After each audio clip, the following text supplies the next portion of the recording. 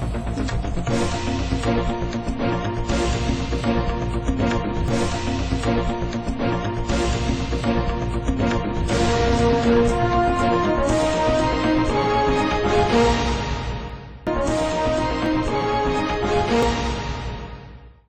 દર્શક મિત્રો, લોકમત ન્યૂઝ ચેનલમાં હું ક્ષિતિજ સુપેકર આપનું હાર્દિક સ્વાગત કરું છું। સમાચારોની શરૂઆત કરતા પહેલા એક નજર કરીએ આજના મુખ્ય સમાચારો પર।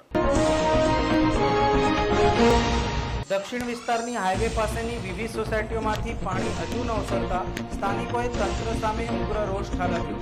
હાઈવે જામ કરવાની ચીમકી ઉચ્ચારી।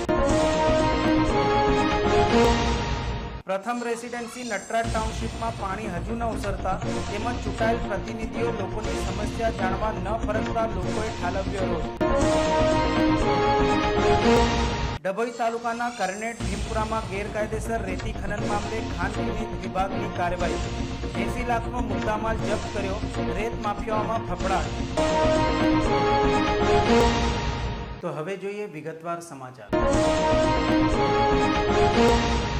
દિલ્હીમાં બજેટ સત્ર અધૂરું છોડી વડોદરાની સ્થિતિનો તાગ મેળવવા સાંસદ હેમાંગ જોશી વડોદરા આવી પહોંચ્યા હતા। વડોદરાની પરિસ્થિતિનો તાગ મેળવવા માટે 2 દિવસની વડોદરાની મુલાકાતે વડોદરાના સાંસદ હેમાંગ જોશી વડોદરા એરપોર્ટ ખાતે આવી પહોંચ્યા હતા, જ્યાંથી સીધા જ પરિસ્થિતિનો તાગ મેળવવા પોતે જ વાહન હંકારી નીકળ્યા હતા, જ્યાં તેમણે કાલાઘોડા ખાતે વિશ્વામિત્રીની જળ સપાટી અને સ્થિતિ જોઈ હતી। ત્યારબાદ વડોદરાના પરશુરામ ભટ્ટાની પરિસ્થિતિનું નિરીક્ષણ કરવા માટે અકોટા દાંડિયા બજાર બ્રિજ ઉપર પહોંચ્યા હતા। તેમની આ 2 દિવસની મુલાકાતમાં તેઓ વડોદરા જિલ્લા કલેક્ટર કચેરી તથા વડોદરા મહાનગરપાલિકાના અધિકારીઓ સાથે બેઠકનું આયોજન કરશે। અત્રે ઉલ્લેખનીય છે કે વડોદરાના સાંસદ ડૉક્ટર હેમાંગ જોશીએ મુખ્યમંત્રીને પણ મૌખિક તેમજ પત્ર દ્વારા અસરગ્રસ્તોને આર્થિક સહાય મળે તે માટે રજૂઆત કરી છે। હેમાંગભાઈ, શું કહેવા માંગશો? અડધું બજેટ સત્ર છોડીને તમે વડોદરાનો તાગ મેળવવા આવ્યા છો, ક્યાં કયા સ્થળે નિરીક્ષણ કરવામાં આવ્યું છે અને આગળ શું કાર્યવાહી કરવામાં આવશે? જે પ્રકારે 22 જુલાઈના રોજ ઓછા કલાકોમાં 13 ઇંચ કરતાં પણ વધારે વરસાદ વડોદરામાં પડ્યો, એને કારણે વડોદરાની જે વોટર કેરિંગ કેપેસિટી હોય એના કરતાં પણ વધારે વરસાદના કારણે વડોદરામાં ઠેર ઠેર પાણી ભરાવા, નીચાણવાળા વિસ્તારોમાં તારાજી સર્જાવા જેવા અમુક દ્રશ્યો સામે આવ્યા અને એને લઈને કોર્પોરેશનની સમગ્ર ટીમ, અમારા વિધાનસભાના મુખ્ય દંડક આદરણીય બાલકૃષ્ણ શુક્લજી અને તમામ ધારાસભ્યશ્રીઓ, શહેર સંગઠનના અધ્યક્ષ અને તમામ કાર્યકર્તાશ્રીઓ, અમારા સર્વે કાઉન્સિલરો લોકોની વચ્ચે છે અને કયા પ્રકારે આ પરિસ્થિતિની અંદર લોકોને મદદરૂપ થઈ શકે એ બાબતે ચિંતા કરી અને અધિકારીઓમાં એક ઉચ્ચ અધિકારીથી લઈ અને આપણા સફાઈ કર્મચારી સુધી એક કર્મચારીએ એક ટીમ બની અને જે પ્રકારે પરિસ્થિતિને મેનેજ કરી અને અત્યારે સંકટ હાલ પૂરતું ટળ્યું છે એવું આપણે કહી શકાય, એ બાબતે હું તમામ લોકોને અભિનંદન પાઠવું છું। સાથે જ આપ સૌ મીડિયાના મિત્રો કે જેઓ 24 કલાક સતત રિપોર્ટિંગ કરતા રહ્યા અને લોકોને જાગૃતતા લાવવામાં આપ સૌનો સિંહ ફાળો રહ્યો, કારણ કે આપના રિપોર્ટિંગના માધ્યમથી લોકોને પરિસ્થિતિની ગંભીરતા સમજાય અને તેઓ સ્થળાંતર માટે અથવા બીજા કોઈ સહકાર કરવા માટે તંત્રને તે લોકો રાજી થયા। એટલે આ બાબતે મીડિયાના તમામ ટીમ મેમ્બર્સનો પણ હું ખૂબ ખૂબ આભાર માનું છું, અભિનંદન પાઠવું છું। અને હાલ જે પ્રકારે મેં નિરીક્ષણ કર્યું છે, વિશ્વામિત્રીની સપાટી 20 ઉપર આવી છે અને અત્યારે નીચાણવાળા વિસ્તારોમાં કયા પ્રકારે પાણી ભરાયા છે એ બાબતે પણ ચર્ચા કરી અને તંત્ર સાથે જરૂરી સૂચન કરવામાં આવશે અને જ્યાં એવું લાગે ત્યાં સરકારશ્રીને પણ આ બાબતે રજૂઆત કરવામાં આવશે। આજે સવારે જાંબા બ્રિજ ઉપર ટ્રાફિક જામ થતા વાહન ચાલકો પરેશાન થયા હતા। કહેવાતી અને કાગળ પરની સ્માર્ટ સિટી વડોદરા તંત્રના પાપે દુર્દશા થઈ છે। જ્યાં જુઓ ત્યાં ખાડાને ભૂવા નિર્માણ પામ્યા હતા, જ્યારે કેટલાક માર્ગો પર તો આખા રોડ બેસી ગયા હોવાના કિસ્સા પણ સામે આવ્યા છે। ત્યારે હવે શહેર બાદ શહેરને જોડતા માર્ગની પણ બિસ્માર હાલત થઈ છે, જેના કારણે સવારે કામ ધંધે જઈ રહેલા અનેક લોકો મુશ્કેલી અનુભવી રહ્યા છે। લાખો કરોડો રૂપિયાના રોડ રસ્તા પાછળ ખર્ચ કરવામાં આવે છે।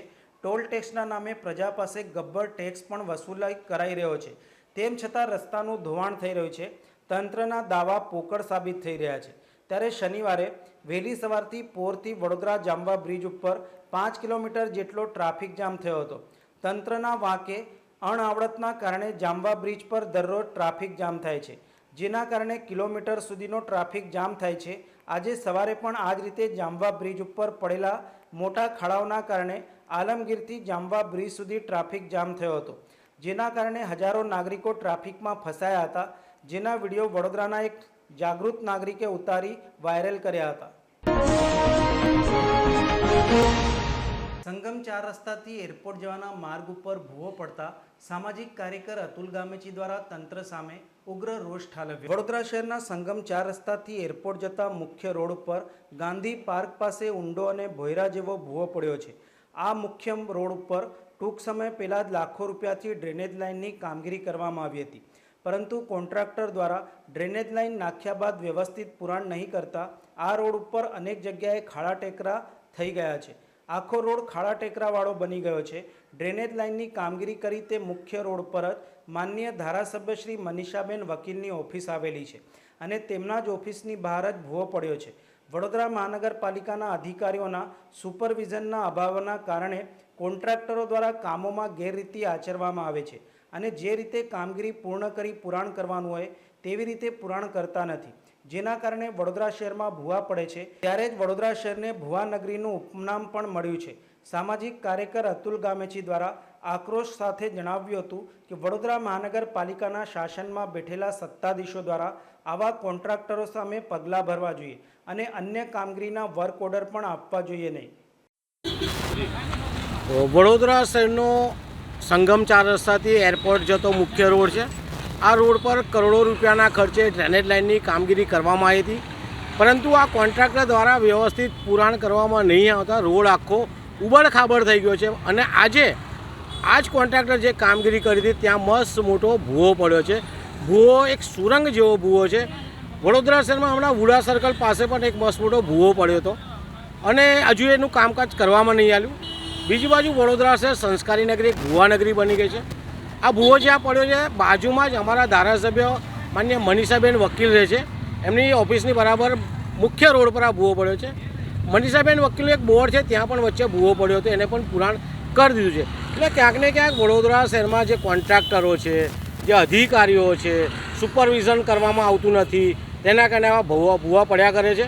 સાથે આ ભૂવો પડ્યો છે તો જે ડ્રેનેજ લાઇનની કામગીરી કરી છે આવા કોન્ટ્રાક્ટરને બ્લેકલિસ્ટ કરવા જોઈએ, સાથે આવા કોન્ટ્રાક્ટરને નવા કામ ના આપવા જોઈએ અને જે પણ નગરસેવકો એમની પર એક્શન લેવે એવી અમારી માંગ છે.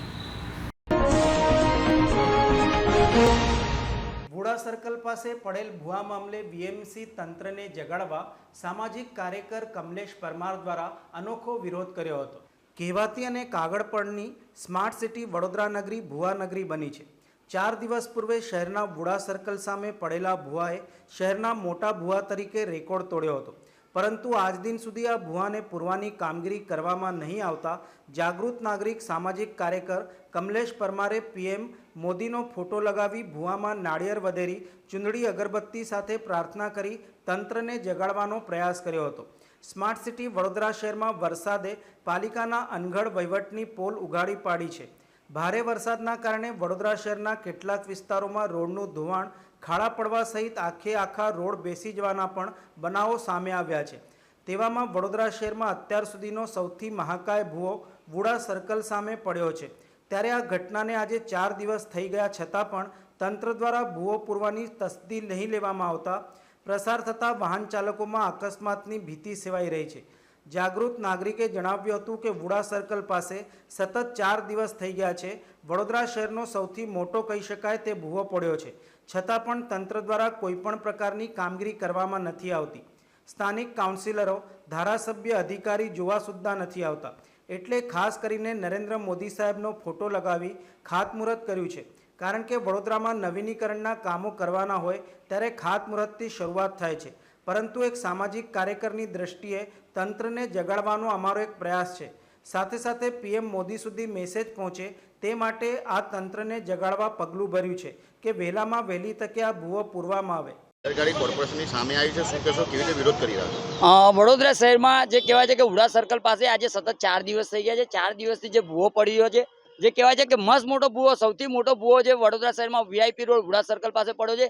આજે સતત 4 દિવસ થઈ ગયા છતાં પણ જે કહેવાય છે કે તંત્ર દ્વારા કોઈ પણ જાતની કામગીરી કરવામાં નથી આવતી. સાથે જે કહેવાય છે કે સ્થાનિક ધારાસભ્ય, સ્થાનિક કોર્પોરેટરો, અધિકારીઓ આ જોવા સુદ્ધા નથી આવ્યા. એટલે ખાસ કરીને આજે નરેન્દ્ર મોદી સાહેબને ફોટો લગાવી અને અમે ખાતમુહૂર્ત કર્યું છે. કારણ કે વડોદરા શહેરની અંદર નવીન કામો કરવાના હોય છે ત્યારે ખાતમુહૂર્તની શરૂઆત થતી હોય છે, ખાતા મુહૂર્તની શરૂઆત થતી હોય છે. પરંતુ એક સામાજિક કાર્યકરની દ્રષ્ટિએ આજે તંત્રને જગાડવાનો અમારો એક પ્રયાસ કર્યો છે. સાથે સાથે નરેન્દ્ર મોદી સુધી સાહેબ સુધી મેસેજ પહોંચે તે માટે આજે તંત્રને જગાડવાનો એક પ્રયાસ કર્યો છે કે આ વહેલામાં વહેલી તકે આ ભૂવાનું પુરાણ કરવામાં આવે. કારણ કે અહીંથી હજારોની સંખ્યામાં લોકોની અવર જવર થતી હોય અને જો કદાચ કોઈ જાનહાની થાય અથવા તો કોઈ પડવાથી કોઈનું મૃત્યુ થાય તો જવાબદાર કોણ? એટલે ખાસ કરીને વહેલામાં વહેલી તકે આ ભૂવાનું પુરાણ કરવામાં આવે, જે પણ કામગીરી છે તેની પૂર્ણ કરવામાં આવે. તે માટે આજે શ્રીફળ વધેરી ચૂંદડીને લગાવી અને જે કહેવાય છે કે અમે અગરબત્તી સળગાવીને પ્રાર્થના કરીએ છીએ કે આ વહેલામાં વહેલી તકે આ ભૂવાનું પુરાણ થાય તે માટે આજે તંત્રને જગાડવાનો પ્રયાસ કર્યો છે.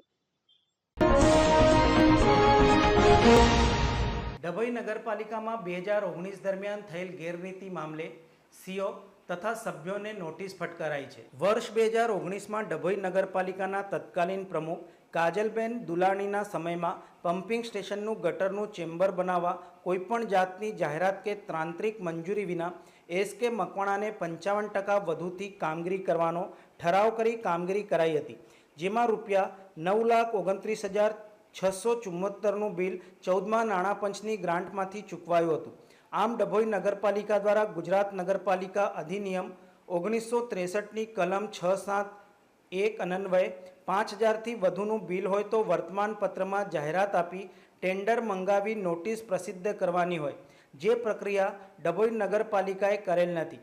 ડભોઈ નગરપાલિકા દ્વારા 14મા નાણાં પંચની જોગવાઈ વિરુદ્ધ ગેરકાયદેસર કાર્યવાહી કરેલ હોવાનું માનવામાં આવે છે.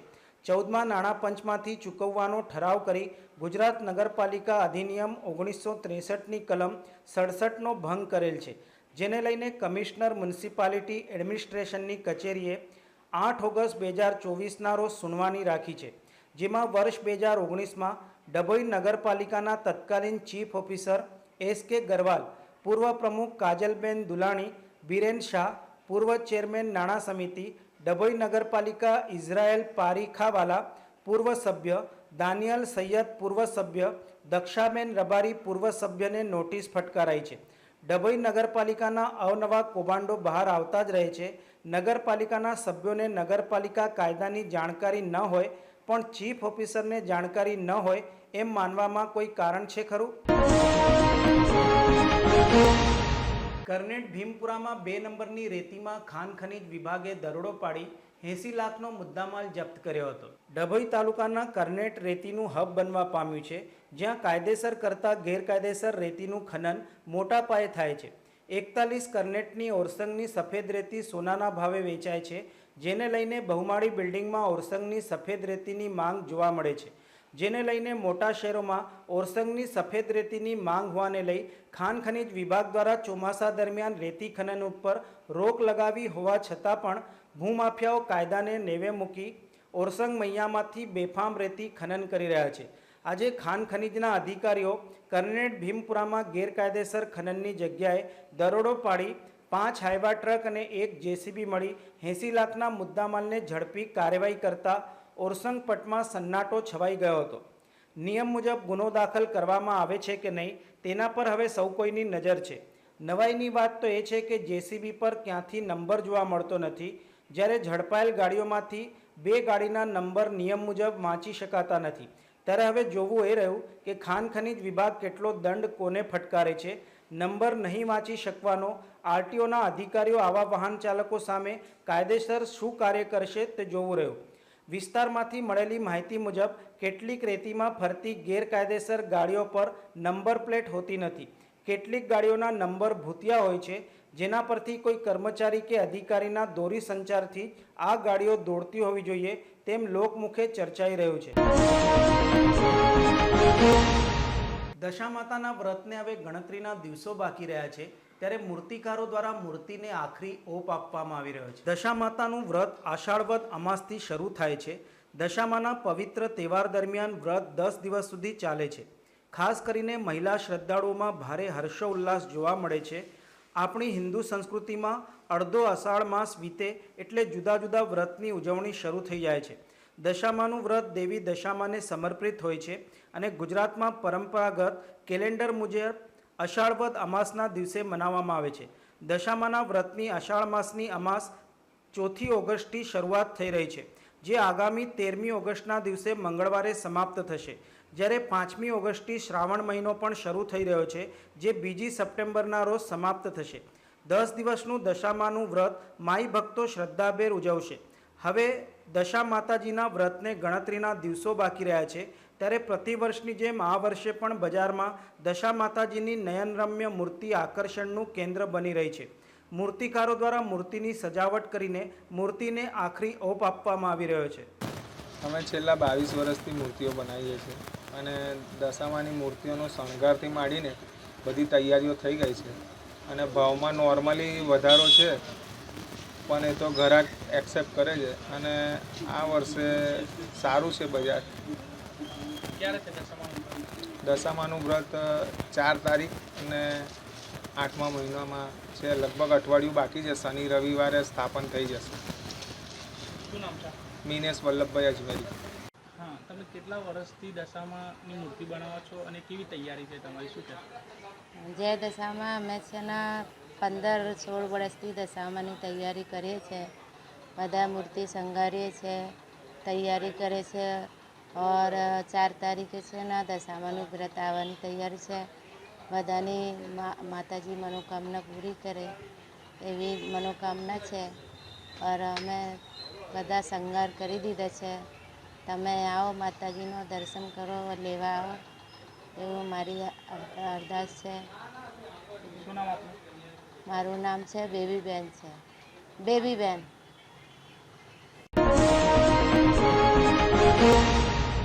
સુરભી લાયન્સ બ્લાઇન્ડ ગર્લ્સ સ્કૂલની વિદ્યાર્થીનીએ એથ્લેટિક્સની સ્પર્ધાની અંદર બ્રોન્ઝ મેડલ પ્રાપ્ત કર્યું છે.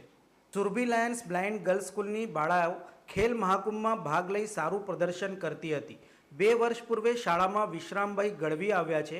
તેઓ પોતે પણ પેરા એથ્લેટિક્સ પ્લેયર છે. તેઓ બાળકો રમતગમત ક્ષેત્રે નામના મેળવે તે માટે સતત પ્રયત્નશીલ હતા અને રાજ્ય બહારની સ્પર્ધામાં પણ વિદ્યાર્થીઓને ભાગ લેવા પ્રોત્સાહિત કરતા હતા. બેંગ્લોર ખાતે સબ જુનિયર એથ્લેટિક્સ ચેમ્પિયનશિપ રમવા ગયા હતા. ત્યાંથી 2 બાળાઓ નેશનલ રમવા ગઈ હતી. તેમાં લક્ષ્મી સોલંકીને લાંબી કૂદમાં બ્રોન્ઝ મેડલ પ્રાપ્ત થયું છે. શાળાની દીકરીએ મેડલ મેળવાતા શિક્ષકોએ પણ ગૌરવની લાગણી વ્યક્ત કરી હતી. વિદ્યાર્થીની રિંકુ રાઠવા પણ પોતાનો અનુભવ જણાવ્યો હતો અને શિક્ષકના માર્ગદર્શન હેઠળ આગળ પણ વિવિધ સ્પર્ધાઓમાં ભાગ લઈ ઉત્કૃષ્ટ પ્રદર્શન કરી જીત મેળવશું તેમ જણાવ્યું હતું. કેવી રીતે આપ રમી રહ્યા હતા, કેવી રીતે ગોલ્ડ મેડલ મળવાનું છે, કોને શ્રેય આપવા માંગશો આપ? મારું નામ છે રિંકુ રાઠવા. મારી સ્કૂલનું નામ છે Surabhi lions blind girls school. હું અહીંયા પહેલાં ખેલ મહાકુંભ એ જ રમતી હતી, પણ પછી સરે આવ્યા, એમને કીધું કે નેશનલ પણ ગેમો હોય છે, તો ત્યાં અમને સિલેક્ટ કરવા માટે લઈ ગયા હતા નડિયાદ. એમાંથી હું પણ સિલેક્ટ થઈ હતી અને મારી જોડે 3 છોકરીઓ થઈ હતી. એના પછી અમે બેંગ્લોર ગયા હતા સબ જુનિયરમાંથી. ત્યાં મેં જઈને મારું સારું એવું પરફોર્મન્સ આપ્યું અને ત્યાં મારી જોડે આવી હતી લક્ષ્મી, એનો પણ નંબર આવ્યો. કેવી રીતે કેવું ગોલ્ડન મેડલ મળ્યું, કોને શ્રેય આપશો આપ? અમે અમારા ટ્રસ્ટીઓ, ટીચર્સ એમની સાથે. કેવું અભિમાન માની રહ્યા તમે, એમ કેવું માની રહ્યા છો ગોલ્ડ મેડલ જીતવા બાદ? સારું લાગ્યું છે કે અમે આટલું સારું અમને આટલું સારું. આગળ કઈ હજુ રમશો ગેમ આપ? અમે સારી રીતે રમીશું આગળ, નેશનલ ભારત માટે પણ રમીશું. ઓકે. કઈ જગ્યાનો એવોર્ડ મળ્યો છે, કઈ સ્કૂલ છે ને કેટલી બાળકીઓને એવોર્ડ મળ્યો છે, શેનો એવોર્ડ મળવામાં આવ્યો છે? નમસ્કાર. અમારી school Surabhi lions blind girls school છે. અમે લોકો બેંગ્લોર ખાતે સબ જુનિયર 12મી સબ જુનિયર એથ્લેટિક્સ ચેમ્પિયનશિપ રમવા અમે બેંગ્લોર ગયા હતા એથ્લેટિક્સ રમવા. અને આ એથ્લેટિક્સ ઇવેન્ટમાં અમારી 2 બાળિકાઓ અહીંયાથી નેશનલ રમવા ગઈ હતી અને એમાં લક્ષ્મી સોલંકીને બ્રોન્ઝ મેડલ મળ્યો છે લાંબી કૂદમાં. કયા જાતનું મેડલ કેવી રીતે ટ્રેનિંગ આપવામાં આવી હતી અને કેટલો સમય થયો છે આમાં? આમ તો હું આ સ્કૂલમાં આવ્યો એમને 2 વર્ષ થયા છે અને હું આવ્યો ને પહેલાં બાળકો ખેલમાં કુંભ સુધી સીમિત હતા, ત્યાં ખેલમાં રમતા હતા. એમને આગળના પ્લેટફોર્મની ખબર નથી. હું પોતે પેરા એથ્લેટિક પ્લેયર છું, તો હું રમતો હતો તો મને એવું થયું કે મારા બાળકો બી મારી સાથે રમે. તો એ હેતુથી મેં આ લોકોને 2 વર્ષથી અહીંયા ટ્રેનિંગ આપું છું. પહેલાં તો અમે લોકો એક ભાડાના મકાનમાં રહેતા હતા. ત્યાં સ્કૂલ હતી, ત્યાં એટલી બધી સગવડ નથી, ત્યાં ખાલી કાચા રસ્તાઓ અને રોડ હતા, ત્યાં અમે લોકો પ્રેક્ટિસ કરતા હતા. અને એવી રીતે સ્ટેટ સિલેક્શન જે આવે પેરાનું, તેમાં હું 10 છોકરાઓ લઈને ગયો હતો. એમાંથી મારી 4 છોકરીઓ સિલેક્ટ થઈ હતી. કેટલો ગર્વ માનો છે ગોલ્ડ મેડલ પણ મળ્યું એમાં? ખરેખર બહુ ખુશી થાય, કેમ કે આવા છોકરાઓને તૈયાર કરવાનું બહુ ગમે, કેમ કે આ સ્પેશિયલ બાળકો છે, એમની સાથે એકદમ ભાવથી જોડાવવું પડે. એ બાળકને આપણે થોડુંક વધારે સંઘર્ષ કરીને ટ્રેનિંગ આપવી પડે, કેમ કે એમને થોડુંક વિઝન ઓછું હોવાથી એમને સમજતા વાર લાગે. એમને નોર્મલ બાળકની જેમ સીધું જોઈને એટલું બધું કેચઅપ ના કરી શકે, એટલે એમને આપણે બાળકને એ પોઝિશન બતાવવી પડે, એ થ્રો બતાવવો પડે, એકદમ મુમેન્ટ સાથે એમને બતાવવું પડે, જેથી બાળક સારી રીતે તૈયાર થાય અને કોન્ફિડન્સ આવે અને આ ગેમમાં સારું પરફોર્મન્સ કરે. આપણું નામ?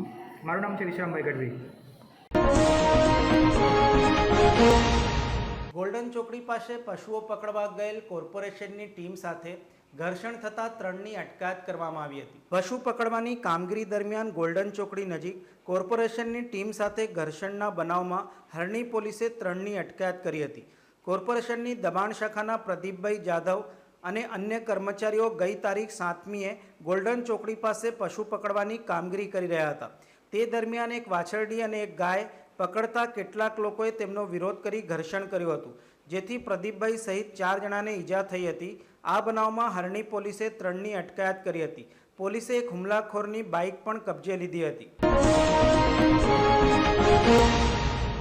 જય Sainath education and charitable trust દ્વારા આધાર કાર્ડ, આયુષ્યમાન કાર્ડ સહિતના કેમ્પનું આયોજન કર્યું હતું. આજે શનિવારે આપણું કાર્યાલય ઝાંસી કી રાણી સર્કલ સમતા સુમાનપુરા ખાતે જય Sainath education and charitable trust દ્વારા આધાર કાર્ડ, આયુષ્યમાન કાર્ડ તેમજ વિશ્વકર્મા યોજના અંગેના કેમ્પનું આયોજન કરવામાં આવ્યું હતું, જેમાં વોર્ડ નંબર 9ના વિસ્તારના નાગરિકોએ આ કેમ્પનો લાભ લીધો હતો. આ કેમ્પમાં પૂર્વ કાઉન્સિલર અને ભાજપના કારોબારી સભ્ય રાજેશ આયરે, વોર્ડ નંબર 9ના યુવા કાઉન્સિલર શ્રી રંગ રાજેશ આયરે સહિત જય સાઈનાથ એજ્યુકેશન એન્ડ ચેરિટેબલ ટ્રસ્ટના સભ્યો ઉપસ્થિત રહ્યા હતા. નટરાજ ટાઉનશીપમાં પાણી ન ઉતરતા લોકોએ તંત્ર સામે ઉગ્ર રોષ ઠાલવ્યો હતો. વડોદરા શહેરમાં બુધવારે 8 ઇંચ વરસાદમાં પૂર જેવી પરિસ્થિતિનું નિર્માણ થવા પાછળ મ્યુનિસિપલ કોર્પોરેશનના ભ્રષ્ટ અધિકારીઓ, રાજકારણીઓ અને ચોક્કસ બિલ્ડરોનું પાપ હોવાનું મનાય છે, કારણ કે તેઓએ ભેગા મળી આયોજનબદ્ધ રીતે પાણીનો નિકાલ કરતી અનેક વરસાદી કાંસોને જ નસ્તે નાબૂદ કરી દીધી છે, જેની તપાસ કરી દોષિતો સામે પગલાં લેવા જોઈએ તેવી લોકો માંગ કરી રહ્યા છે. વરસાદે વિરામ લીધા બાદ પણ નટરાજ ટાઉનશીપમાંથી પાણી ઓસર્યા નથી, જેને લઈને સ્થાનિકોએ ઉગ્ર રોષ પાલિકા તંત્ર, કાઉન્સિલરો, ધારાસભ્યો, સાંસદ વિરુદ્ધ ઠાલવ્યો હતો. નેતાઓ લોકોની શું સ્થિતિ છે તે જોવા પણ આવ્યા નથી. લોકોને ખાવા પીવાની તકલીફો છે, પણ જવાબદારોના પેટનું પાણી હાલ્યું નથી. પદાધિકારીઓ ફોન પણ ઉપાડતા નથી તેવા પણ રહીશોએ આક્ષેપો કર્યા હતા. 30 વર્ષથી આવી પરિસ્થિતિ છે, છતાં કાયમી નિરાકરણ લાવવામાં આવતું નથી. શહેરનો આડેધડ વિકાસ નજીવા સમય પૂરતો તો સારો લાગે છે, પણ આ સિમેન્ટ કોન્ક્રીટનો વિકાસ આજે લોકોને મુસીબતમાં મૂકી બેઠો છે. માટે સંયમિત પૂરતા આયોજન સાથે વિકાસ થાય તેવું હવે લોકો ઈચ્છી રહ્યા છે. વિસ્તારમાં જે નટરાજ ટાઉનશીપ છે, આજે આટલા બધા અધિકારીઓ છે મોટા મોટા, એ ખાલી જોવા માટે આવ્યા હતા ગાડી લઈને, નટરાજ ટાઉનશીપથી લઈને દર્શન સુધી, કે માણસ ક્યાં પાણીમાં છે, માણસને શું જોઈએ છે. માણસ અંદર પાણી, આજે 300 માણસ અંદર પાણીના અંદર 3 દિવસ બધા ફરી રહ્યા છે. એને કોઈ જવાબદારી આ સત્સંગ કરી નહીં શકતા. આ લોકો જે ભાજપમાં લોકો અહીંયા જે લોકો કોર્પોરેટરો છે, અધિકારીઓ છે, એ ખાલી જોવા માટે બી નથી આવતા કે માણસને ક્યાં પડી છે. માણસ જ્યાં મરે તે મરવા દો. માણસને આજે આ કિચનની અંદર તમને કોઈ જોવા માટે જ નથી આવતું. લોકો અહીંયા મોટા મોટા અધિકારીઓ ખાલી બહાર ગાડીઓ લઈને આવે, અને મોટા મોટા બિલ્ડિંગો પરથી શૂટિંગ કરે અને શૂટિંગ કરે એટલે ખાલી એવું કહે કે તમે ફૂલ પેકેટ આપ્યું. કોને આપ્યું ફૂલ પેકેટ? મને બતાવો મારા વિસ્તારમાં. જ્યારે અમે લોકો તારાપોર લઈ અને જે સ્વામિનારાયણ છે એમને અમને ખીચડી આજે અમે અમારા વિસ્તારમાં 3 દિવસ અમે લોકોને આપ્યું. શા કારણ? આ પ્રશાસન જે આજે આટલું મોટું ચલાવે છે સરકાર, આજે લોકો ગરીબો લોકો રહે છે, અહીંયા માલદાર તો રહેતા નથી ને. આજે 30 વર્ષ 40 વર્ષથી આ જ પોઝિશન છે. લોકો ખાલી વોટ લેવા આવે છે, ગરીબોને કોઈ જોવા માટે આવતું નથી. ગરીબ જ્યાં ગરીબ છે ત્યાં જ રહેવા દો. લોકોને ક્યાં પડી નથી. પાણી શું છે કે ભાઈ પાણી જોઈએ છે, ખાવા જોઈએ. આ બધા રસ્તા બંધ થઈ ગયા છે. હવે રસ્તા બંધ થઈ ગયા તો માણસને તો બધું જોઈએ ને, કે ના જોઈએ? આજે તમને વોટ આપ્યો એટલે તમને કોઈને પૂછવાનું નહીં કે ભાઈ તમને શું જોઈએ છે. બધા માણસો છે, કોઈ જોવા નથી આવ્યું ઉપરથી લઈને નીચે. કોઈ મને પૂછવા નથી આવ્યું કે આ વિસ્તારમાં તમારે શું કરવું છે. આજે માણસો જ્યાં ફસાઈ ગયેલા છે. 3 દિવસ સુધી આ નટરાજ ટાઉનશીપ 300 માણસ મકાન જે છે એ લોકો પાણી વગર, એમને શું લાવવું, એમને શું ખાવું, એમનું ઘર બધું નોકરી બધું બંધ થઈ ગયું. આજે એમને તો પૂછવા માટે આવવું જોઈએ ને. કોઈ બી અહીંયા નાવડી નથી મૂકી, કશું નથી મૂક્યું. એની જવાબદારી આ સરકારની છે. આ ભાજપ સરકાર બધા ઉપર મોદીજી સારા છે, નીચેના જે કાર્યકર્તા છે એ બધા ખાલી નામના છે, કોઈને પડી નથી. જ્યાં તમે માણસો, જ્યાં તમે કિચડમાં ફરો કે ગમે તેવું કરો, તમે જ્યારે પાણી આવે, જ્યારે 2019ની વાત કરું આ જ પોઝિશન હતી અને આજે બી આ જ પોઝિશન છે. અને અહીંના જે હું આજે બધા વિસ્તારમાં જે રહે છે એને તમે પૂછી જુઓ કે સંપતભાઈ તમને શું જોઈએ છે શું નહીં. હું વિસ્તારમાં જઈને લોકોને કીધું કે તમને શું તકલીફ છે, તમે મને કહો, હું તમારી પાસે આવવા તૈયાર છું. તો આવા નાગરિકો હોવા જોઈએ ને. તમે ભાજપમાં બધાને કાર્યકર્તાને સોંપી દીધા, પણ કાર્યકર્તા બી તઈ વિસ્તારમાં જવો જોઈએ ને. માણસ ક્યાં ફસાયેલો છે, એને શું જોઈએ છે, એ જવાબદારી એ લોકોની છે. એ કોઈ જવાબદારી આવતા નથી. જ્યારે વોટ આવે છે ઇલેક્શન, ત્યારે વિસ્તારમાં આવે છે જય માતાજી એમ કરીને અમને પૂછે છે કે તમારે વોટ જોઈએ છે. ગરીબ જ્યાં છે ત્યાં જ રહ્યો છે. આજે ગરીબને પૂછતા નથી આ સરકાર. આટલી જ મારી વિનંતી છે કે તમે વિસ્તારમાં આવીને લોકોને સારું વસ્તુ આપો, સારા જીવન આપો, એવી જ અમારી પ્રાર્થના છે. વોર્ડ નંબર 9 વિસ્તારમાં વરસાદને લઈને ભાજપ પ્રમુખ તેમજ ડેપ્યુટી મેયર તથા સ્થાનિક કાઉન્સિલરોએ વિસ્તારની મુલાકાત લીધી હતી. શહેરમાં બુધવારે જે વરસાદ વરસ્યો હતો જેના કારણે વડોદરા શહેરમાં પૂર જેવી સ્થિતિ સર્જાઈ હતી. જો કે વરસાદે વિરામ લેતા લોકોએ હવે હાશકારો અનુભવ્યો હતો. ત્યારે આજરોજ શહેર ભાજપ પ્રમુખ ડેપ્યુટી મેયરે વોર્ડ નંબર 8 અને 9 અને 18ના વિસ્તારની મુલાકાત લીધી હતી. જેમાં વોર્ડ નંબર 9માં સારાભાઈ સોસાયટીમાં તથા રાજેશ ટાવર અને અન્ય સોસાયટીમાં પાણી ભરાઈ જાય તે અંગે તેમની સમસ્યાના નિકટ વોર્ડ નંબર 8 અને 9 અને 18ના વિસ્તારની મુલાકાત લીધી હતી.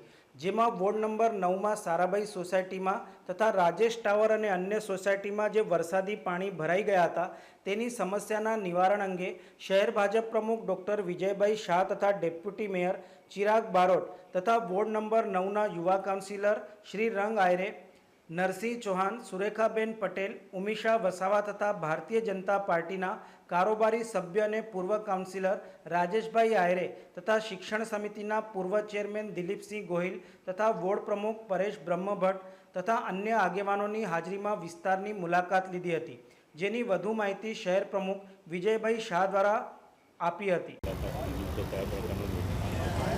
વડોદરા શહેરમાં અતિશય વરસાદને કારણે ઊભી થયેલી પરિસ્થિતિમાં વડોદરા શહેરના નાગરિકોને જ્યાં જ્યાં મુશ્કેલી પડતી હોય ત્યાં એમની સાથે વડોદરાના સૌ ચૂંટાયેલા પ્રતિનિધિઓ, ભારતીય જનતા પાર્ટીની સંગઠનની ટીમ જ્યારે સેવામાં હાજર હોય છે ત્યારે આજે ward number 8, ward number 9, ward number 10 અને વોર્ડ નંબર 18 આ 4 વોર્ડમાં સ્થાનિક લોકોની જે રજૂઆત હતી અને એની સાથે સાથે ચૂંટાયેલા જે પ્રતિનિધિઓ છે તેમના માધ્યમથી એમને સાથે રાખીને દરેક વિસ્તારની મુલાકાત લઈ અને એમના જે નાના મોટા પ્રશ્નો છે પ્રશ્નોમાં ઉપયોગી થવાનો પ્રયત્ન કર્યો છે.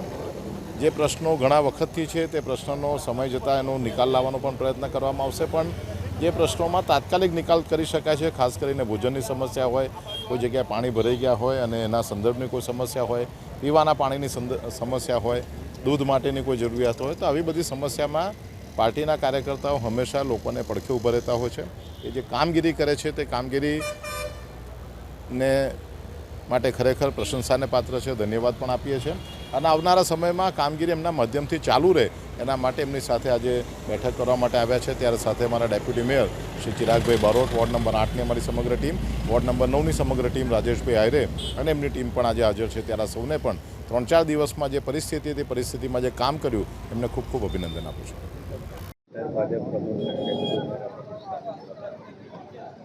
આજરોજ વડોદરા શહેર અધ્યક્ષ doctor Vijaybhai Shah, ward number 9ના જે તમામ વિસ્તારની અંદર જ્યાં પાણી ભરાયા હતા એ તમામ વિસ્તારોની આજના દિવસે તેમને મુલાકાત લીધી હતી અને ખાસ કરીને જે પણ જગ્યાએ પાણી ભરાયા છે એવા અજય સોસાયટીથી લઈને સારાભાઈ સોસાયટી, કામદાર સોસાયટી થઈને તમામ જગ્યાએ તેમને વિઝિટ પણ કરી હતી.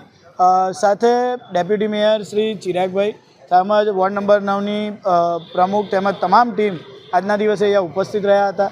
જે વિષય એવો હતો કે જે વિસ્તારની અંદર જે પાણી ભરાયું હતું તે તમામ અજય સોસાયટી સાથે કામદાર, સારાભાઈ, સ્મૃતિ, મંગલમ અને હાર્ડવેસ એવી રીતે તમામ સોસાયટીઓની અંદર જે પાણી ભરાયા હતા એ તમામ જગ્યાએ પાણીનો નિકાલ કઈ રીતે કરવામાં આવે તેનું આજના દિવસે અહીંયાથી તેમને મુલાકાત લીધી હતી. સાથે આવનારા જે સંકલન છે તેની અંદર પણ તેમના માધ્યમથી કહેવામાં આવશે અને જે પણ વિસ્તારની અંદર પાણી જે ભરાઈ રહ્યા છે એનું મુખ્ય કારણ છે તે મુખ્ય કારણ બી તેમને બતાવવામાં આવ્યું છે કે આ એક મુખ્ય કારણ છે, આ એક પોઈન્ટ છે. જે પોઈન્ટની અંદર જે પાણી ક્લિયર થશે તો તે આગળ પાણી વધી શકશે, કેમ કે પાણીની નીકળવાની કેપેસિટી જ્યારે નાની હોય તો સ્વાભાવિકતાપણે પાણી ભરાતું જ હોય છે અને તેની જ કારણે આજે અમારે 4 સાથી કાઉન્સિલર અમે એકત્ર થઈને આજે પ્રમુખશ્રીને જગ્યા બતાવી છે. મારી સાથે નરસિંહભાઈ ચૌહાણ, સુરેખાબેન પટેલ અને ઉમિશાબેન વસાવા અને સંગઠનની તમામ ટીમ, પરેશભાઈ પ્રમુખશ્રી સાથે પૂર્વ કાઉન્સિલર રાજેશભાઈ આયરે, પૂર્વ ચેરમેન દિલીપભાઈ ગોહિલ, તમામ લોકો એકત્રિત થઈને આજના દિવસે અહીંયાથી નિરીક્ષણ કરીને આગળ પ્રમુખ સાહેબને પણ રજૂઆત કરી છે.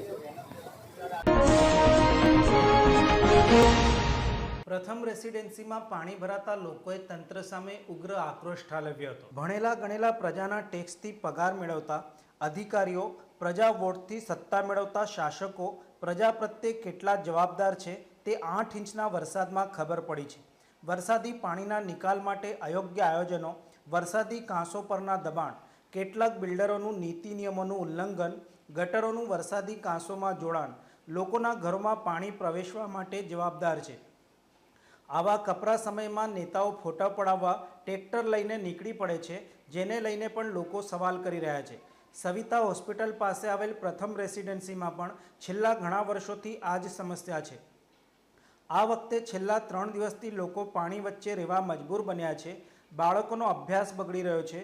લોકો સોસાયટીમાંથી બહાર નથી નીકળી શકતા. દૂધ, શાકભાજી સહિતની જીવન જરૂરી ચીજવસ્તુ માટે સોસાયટીના સભ્યએ ટ્રેક્ટરની વ્યવસ્થા કરી છે.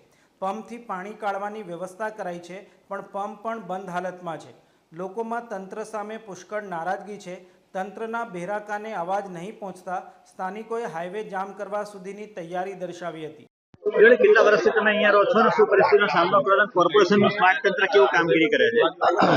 ટોટલ હું અહીંયા 12 વર્ષથી રહું છું અને પાણી ભરાવું એ દર વર્ષનો પ્રોબ્લેમ છે, પણ પાણી ભરાઈને પછી નીકળી જાય છે કારણ કે બહાર આઉટપુટ હોય છે અને અત્યારે જે બી પાણી જાય છે ડાયરેક્ટલી તો કોઈ સિસ્ટમ છે જ નહીં આઉટપુટ માટેની. આ પંપ અને જે પંપ મૂકેલા છે પંપથી જ પાણી જાય છે, પણ જ્યારે બી આવો ભારે વરસાદ પડે છે, આ પહેલા બી એક વાર થયેલું છે 2019માં, ત્યારે બી અમારે લગભગ 4 દિવસ લાઇટ નહોતી, 7 દિવસ જમવાનું નહોતું, પાણીનું કંઈ વ્યવસ્થા નથી, કશું જ નહોતું. સેમ પરિસ્થિતિ હવે આ ધીમે ધીમે આમાં આ થઈ રહી છે કે હવે આમાં જો અહીંનું સોલ્યુશન આ રીતે અહીંયા નહીં આવે અને આવી રીતે જ પાણી અહીંયા ભરેલું રહેશે તો આગળ જતા લાઇટો જશે, બધું જ જશે. અને મેઇન પ્રોબ્લેમ અમારો પાણીનો જ છે કે આ પાણી આઉટપુટ મળતો નથી અમને, અને પાણીનો આઉટપુટ મળતો નથી એટલે આવવા જવામાં અવર જવર થાય.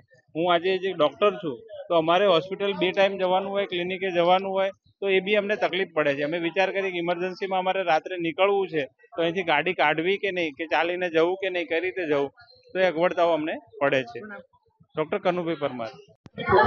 આ બપુ શું કહીશ? અહીંયા તો હું તો કુછ સમય માટે રહેવા આવ્યો છું એટલે મારે વધારે નહીં કહેવું, પણ અહીંના લોકોને સલામ છે, આ સોસાયટીના લોકોને. મને એક વાત યાદ આવી છે જૂની, કે ચેરમેનશ્રીએ કઈ જગ્યાએ ભાષણ એવું કરેલું કે જે બૂથમાંથી વધારે વોટ નીકળે ત્યાં કામ કરો. હું આ સોસાયટીમાં જ્યારથી રહ્યો મને એવું લાગે છે કે 90% વધારે વોટર્સ બીજેપીના હશે કદાચ.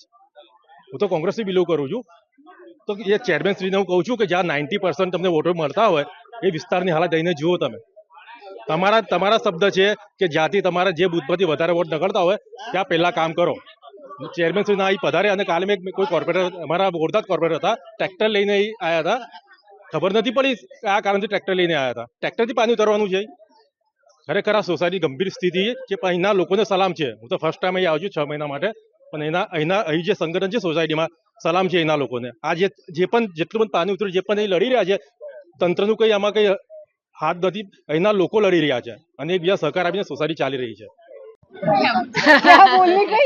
कितने दिन से परिस्थिति का सामना कर रहे हो, आप क्या कहना चाहोगे सत्ताधीशों को, कॉर्पोरेशन को? 3 से 4 दिन से हम लोग ये सफर कर रहे. बाहर के लोग अंदर नहीं आ सकते, अंदर के लोग बाहर नहीं जा रहे. अभी मेरे हस्बैंड बाय प्रोफेशन डॉक्टर है, तो फर्जियात उनको सुबह शाम बाहर जाना ही पड़ता है. बट उनको इतने प्रॉब्लम्स फेस करके कभी ट्रैक्टर में, कभी एक्टिवा को वो पाइप लगा के ऐसे करके जाना पड़ रहा है. आज ही अभी उनका फोन आया कि बीच रास्ते में उनकी गाड़ी बंद पड़ गई, तो आधे किलोमीटर तक वो गाड़ी धक्का मार के लेके गए. बच्चों की क्या परिस्थिति है? स्कूल जाने का एग्जाम होगी? बच्चों की अभी एग्जाम्स तो जो स्कूल है एग्जाम से सब कैंसिल हो रहे. आज भी स्कूल था क्योंकि स्कूल के साइड पे पानी नहीं है, लेकिन हमारे सोसाइटी में इतना पानी भर गया है कि इच्छा होते हुए भी हम बच्चों को स्कूल में नहीं भेज सकते. उनका एग्जाम बंक हो रहा है.